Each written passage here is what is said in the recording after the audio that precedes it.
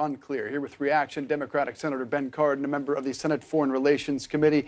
Good to see you, Senator. You called the decision to call off the Singapore summit puzzling. Why? Well, Dave, first, it's good to be with you. The crisis on the North Korean peninsula is caused by Kim Jong-un in North Korea by violating international norms.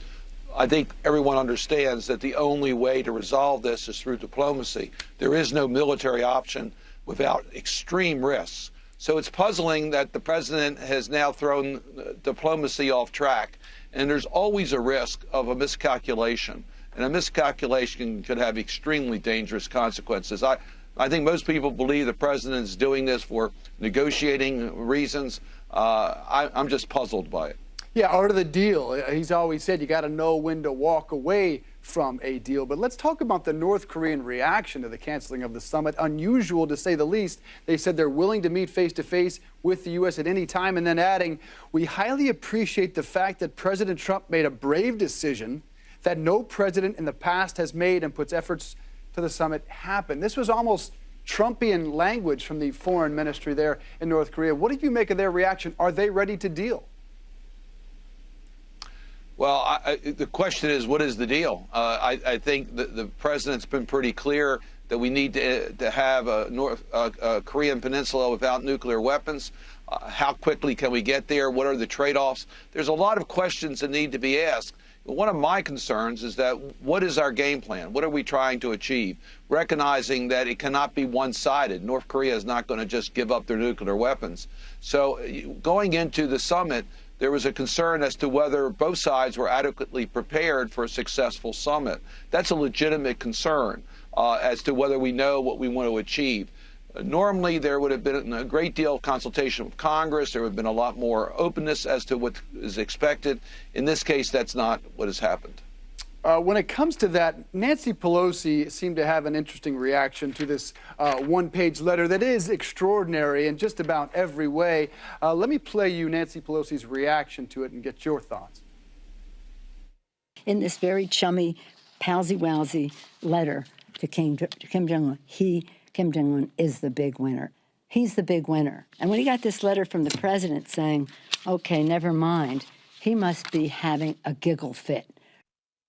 Palsy-walsy, giggle fit. Is Kim Jong-un the big winner? And does Nancy Pelosi risk the suggestion that Democrats want the president to fail here? No, we certainly want the president to succeed. This is an extremely dangerous situation. Millions of lives literally are at risk if there's a miscalculation. No, we want, all of us want the president to succeed and find a diplomatic way to end the crisis on the Korean peninsula. It's in our interest, it's in North Korea's interest, it's in South Korea's interest, it's in China's interest. So we want the president to succeed, and we know the way to succeed is through diplomacy, and we want to make sure that when a summit takes place, and we hope it will, that it will be properly prepared and we can have a favorable outcome. You mentioned our allies there, and Japan, and in particular South Korea, caught flat-footed by this. Where does this leave our allies? Well, you know, the president conducts foreign policy in a way that I find very, very disturbing. South Korea has been a major player. They're the ones who used the Olympics to start the conversations. It was President Moon's campaign to open up relations between the South and the North that was extremely positive. And here the president makes a major decision to cancel the summit and doesn't notify the South Korean leader in advance. I think that's just a mistake.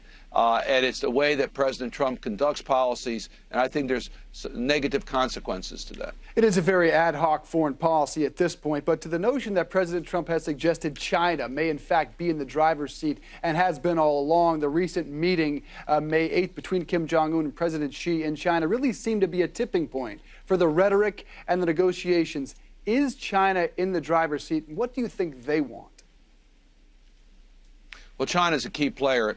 The good news is that China's interest and the U.S. interest align here. Both China and the United States do not want North Korea to be a nuclear weapon power. The United States has made it very clear that we're not for regime change. Neither does China want regime change. So there's a path forward for the United States and China working together.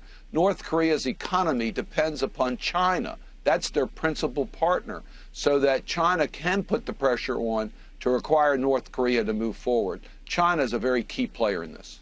Senator, at the heart of all this is the notion of President Trump as a deal maker. But of course, in this 15, 16, 17, 18 months, he's proved to be a deal breaker. When you look at the TPP, when you look at DACA, when you look at Obamacare, you could go, the list goes on and on. Of course, the Paris climate deal. How has the unpredictable style of the president and the notion of being a deal maker paid off for the United States? Well, I think it's been very damaging to our country. We've been isolated. America first is America alone. We were isolated in what he did with the Iran nuclear agreement. Paris, we're the only nation in the world that's not part of the climate accords.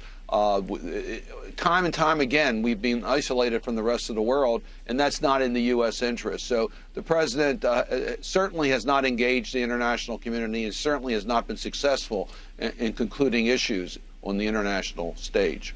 All right, Senator Ben Cardin, enjoy the Memorial Day weekend. Appreciate you being here this morning. Thank you. Thank you, Dave. All right, we're following a lot of news, so in the words of Chris Cuomo, let's get after it. I have decided to terminate the planned summit in Singapore on June 12th. The Vice Minister saying that we reiterate to the United States we are willing to sit down with them at any time. We need to make sure that when we have the meeting, it's going to be something that's productive. This was an unannounced visit. Emmett Flood was not on the list. That looks like advocacy. It doesn't look like a neutral investigation of the facts. I don't see what the problem is with the president having interest in transparency. Disgraced movie producer Harvey Weinstein turning himself in. Many of these women feared the power that Mr. Weinstein had. This is huge news. He could be facing decades of jail time.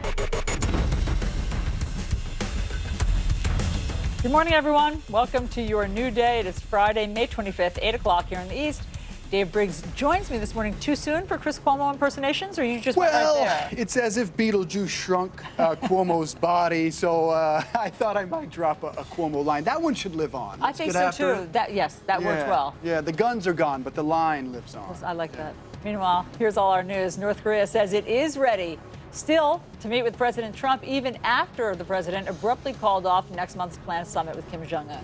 The North's carefully worded response to Mr. Trump steers clear of their usual inflammatory insults. The focus now shifts back to how President Trump will respond today. Meantime, the collapse